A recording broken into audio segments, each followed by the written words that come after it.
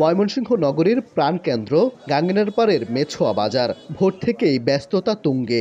একদিকে পাইকারি বিক্রেতারা সবজি আনলোড করছেন, অন্যদিকে খুচরা ক্রেতারা দরদাম করে কিনছেন দিনের পণ্য।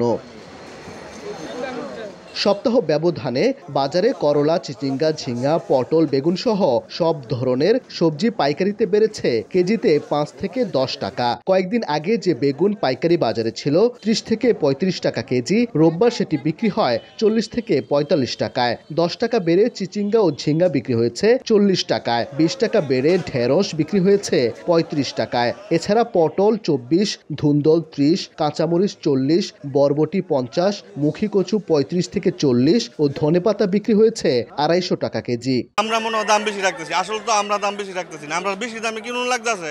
বেচাকিনি দিই তো বাইরে বেচাকিনি খাওয়া এই দাম বাড়তি। 2 দিন আগে যে দাম ছিল আজকে একটু দাম বেশি, এই কারণে ঘুরতেছি, মাল কিনতে পারতেছি না। পাইকারি ব্যবসায়ী ও আড়তদাররা বলছেন এই দাম বাড়ার পেছনে আছে আবহাওয়ার বিরূপ প্রভাব ও সরবরাহ সংকট। গেছে শুক্রবারে আপনার করলা আছেন 250 টাকা পাল্লা, খুরসা আছেন 60 টাকা কেজি, আর এই সপ্তাহ 70 টাকা পাইকারি, 80 টাকা খুরসা।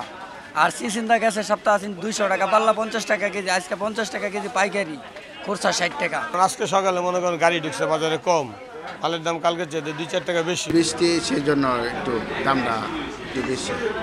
পাইকারি পর্যায়ে সবজি কেজিতে 5 থেকে 10 টাকা বাড়ায় খুচরা বাজারে সবজির দাম বেড়েছে 10 থেকে 20 টাকা পর্যন্ত।